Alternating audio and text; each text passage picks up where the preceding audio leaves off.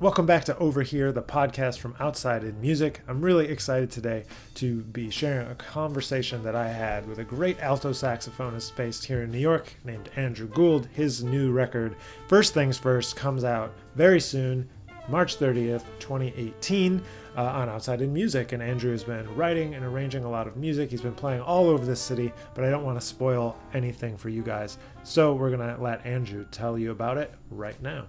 All right, today we have a great saxophonist, Andrew Gould, here on the podcast, and Andrew has a new album coming out on March 30th, 2018. Andrew, thanks for being here today. Thanks for having me. So you're a working saxophonist here in New York, and I know that, but maybe some people don't know you personally yet. So could you fill in people a little bit of your backstory and how you got from where you came from to where you are today? Sure, yeah. Well, I actually grew up on Long Island, and I started playing saxophone probably around age 9 or 10 in elementary school. And I was really lucky because my elementary school, starting from the ground up, had a really good music program, and a lot of the teachers there were people that subbed on Broadway and that, just took music really seriously. So as I kind of got older and older, I was pursuing music and saxophone more and more seriously. Came time to go to college, and I wanted to study music. I had already taken some lessons with guys like Gary Simoleon and Dave Pietro when I was in high school. Then I went to SUNY Purchase for my undergrad, studied with Jimmy Green and Steve Wilson and Todd Kuhlman, then did my master's in Manhattan School of Music and hung out with Garzone, Dave Liebman, Phil Markowitz. And graduated 2010, started working professionally on the scene, and 8 years later, here I am. Yeah. So this is your first record, right? Yes, first As a one. leader, that is a leader. And did you always know that you wanted to pursue a career in jazz music, or was there a certain kind of moment in your life that kind of led you to think you wanted to do this? I think it was probably around my junior year of high school when I was having a college talk, with my parents, and they were like, yeah, you need to figure out something that you want to major in. Like, is there anything that you feel like you would envision yourself doing for the rest of your life that you think, that makes you happy, that you like, that you feel like you're good at? And the only thing that I could think of was playing saxophone and playing jazz and just basically being a musician, So at that point I was like, okay, I guess I should really start working hard. So I kind of had like that click when I was a junior in high school. And from then on is when I really started pursuing it and trying to take it really seriously, Mm-hmm. And so what was your experience like kind of being at Purchase? Because it's so close to the city, a little bit removed. How did that affect your development? I think it was actually, I loved being at Purchase for that exact reason, because you can kind of still be in your own bubble. You could still feel like you're going to college and you're being a normal kid on a college campus. But I could basically bury myself in a practice room for as long as I wanted and feel like I wasn't stressed out about being right in the city, but I could still come in and see shows and take the train, or I would grab a ride with my friends. And, I would go into New York City several times a week, to either go to a jam session or see a show or something, But then I can also kind of escape it and just be in my practice room bubble or, just hang out. So it was a really good balance, I think, for me. Nice. And so what all are you up to musically here in New York nowadays? I know obviously you're leading your own band, but I know you're a prolific sideman as well. So what are some of the other things that you're up to? Well, I do a lot of subbing with other people's groups. Like I sub at the Vanguard Jazz Orchestra sometimes, and the Mambo Legends Orchestra, which is like a lot of the alumni from Tito Puente's bands. And yeah, a lot of groups like that. Let's see, I play, and just like a myriad of other big bands too. Do a lot of section work, some R&B horn section recording and funk stuff. And I also kind of co-lead another project called Nuff Said, which is all like original R&B, soul, jazz music, and we tour around Europe. We've been to Asia before, and we constantly are writing and recording new music, most of which is written by myself, but then the band we kind of all arrange it together, you could say. And yeah, then I'd also do some different small group projects, like with piano player Stephen Feifke, who's the piano player on my album too, and a bunch of other projects with different people doing original jazz music, big band music in the city. Just a host of various different things, you know. Oh yeah, oh yeah. So that'll kind of leads us right to the record. So why don't we just talk a little bit about the record now? So could you tell us what it's called, who's on it? So my first album is called First Things First. It features Stephen Feifke on piano, Marco Panacea on bass, Jake Goldbass on drums, Scott Wenholt on trumpet, and vocalist Joanna Vintu as well. So how did you put that band together? So it's a good cast of characters. Yeah, it's just guys that I've been playing with in various other projects. You know, like I met Steve on a random gig probably like 5 years ago or so, and we kind of just clicked musically instantly and had been playing with since. And he was calling me for some of his projects, including his sextet recording. And, you know, I just thought he would be a great fit for the music that I envisioned for this project. And, you know, I actually met Marco Panacea playing Sunday nights at the bar next door with Peter Mazza. And yeah, Marco just has like a great sensibility, great time feel, great sound. And Goldbass was actually a classmate of mine in Manhattan School of Music, and we played together there, and then on and off since we both graduated. And so, yeah, just the music that I wrote, I figured, you know what, let me give these guys a call, try it out with them, and they just made it happen, you know. And so we'd been playing together for 2 years on and off, doing dates at Smalls and some rehearsals and stuff. And it just felt like it was the right time. Like, I was happy enough with the music that I wrote, and everybody knew the music really well. So by the time we got to the studio, there were no surprises. Mm-hmm. And, you know, we just had a great session. So how did Scott and the vocalist kind of fit into? Yeah, so Joanna, the vocalist, is actually, she's the band leader of that project Nuff Said I was talking about, which is that funk soul jazz project. And that's just, since I started playing in that band, I just like developed a large interest for that kind of music, you know, and checking out all that stuff. So I really wanted to have a little bit of that be reflected on my own album too, you know, mm-hmm. because I feel like that's a large part of like my own musical identity now. So yeah, I thought it'd be great to have her on the track and kind of play a little bit more in that style. And then Scott is just one of my favorite trumpet players, like, of all time. Just his approach, the way he plays, the way he phrases, harmonically what he's doing, you know, I think it's super cool. So I really wanted to get a chance to do a couple of quintet tracks with him as well. Yeah, well, I'm glad you did, because I agree. He's one of the best. One of the best for sure. So yeah. You went in and you recorded all this music. Now that you're kind of almost through the process, or coming up a couple weeks away from the release, what would you say were some of the biggest challenges that you faced in kind of trying to get this record together? Honestly, I think that the biggest challenge for me is just getting it started. Like once I built up enough courage to book the actual studio recording date, everything else kind of fell into place, you know.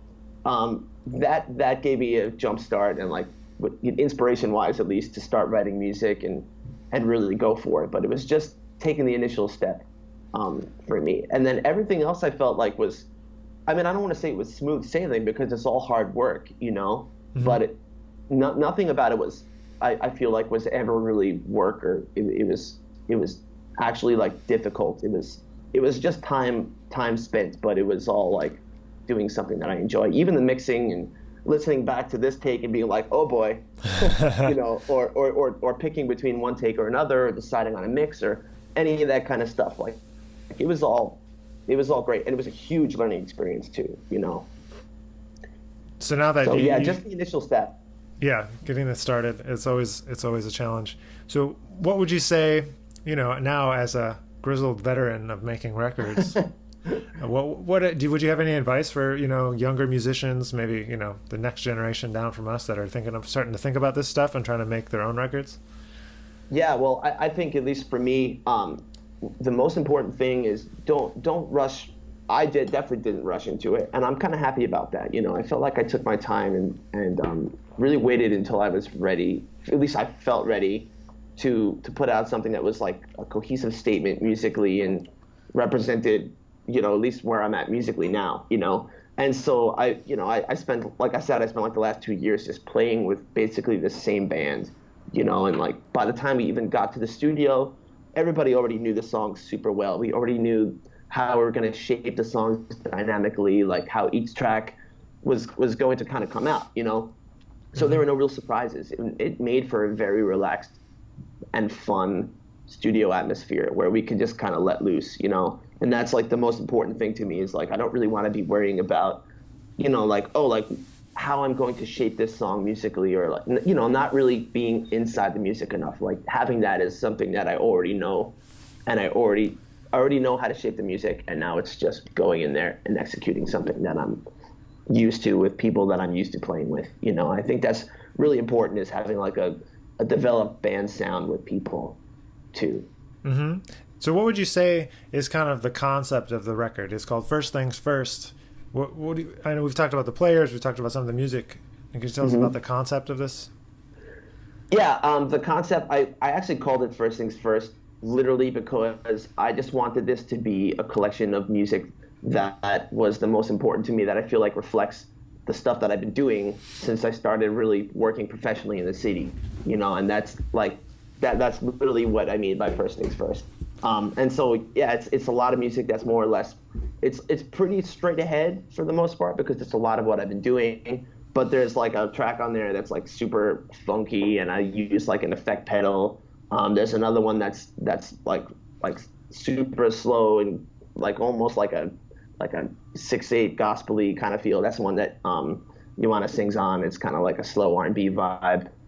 And yeah, there's throughout different parts of different tracks, it goes more into that too. But there's a couple of originals that are a little more like towards the modern jazz end, and a blues, and yeah, just kind of a sampling of the things that I've been doing the most. Got it. And so what's next for you? Like, where do you see yourself going? You've got the records coming out, and then I know you have a few gigs coming up. Like, so where do you see yourself headed after this? Well, I want to try and play more with this band for sure, and just try to play gigs both in and out of town, and actually, be playing more as a leader in a small group, and because that's something I feel like I haven't done a whole lot since. I mean, I've done it, but not as much. I usually work in town and as a sideman playing other people's projects, and I love doing that. I really, really love doing that, but I also really want to be playing small group jazz and writing more songs and actually be doing that kind of a thing. So that's something I want to pursue a lot more. I want to continue writing more music and, record something else and have it be different than this, just because this recording was such a huge learning experience. And I feel like if I do another recording next, then it's a slightly different style. All it's going to do is just contribute to the overall musical awareness, and just help me improve as an artist and grow. Totally. So what do you think you could tell a younger musician? A lot of people that listen to our show happen to be younger musicians, people coming up, and maybe they have the dream that they want to move to New York, and maybe they're wherever in California or Indiana or something, and they're talking about moving to New York. And so what advice might you be able to offer those younger musicians that want to kind of pursue the same path as you? Sure.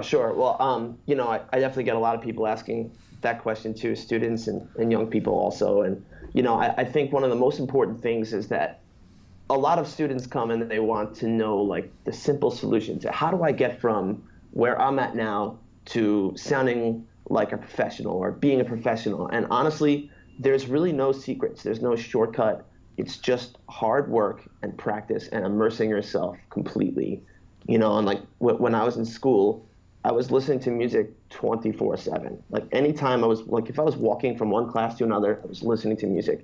I was practicing all the time, playing rehearsals all the time, just like completely living and breathing it, And so there's really no secret. You have to just go for it 100%.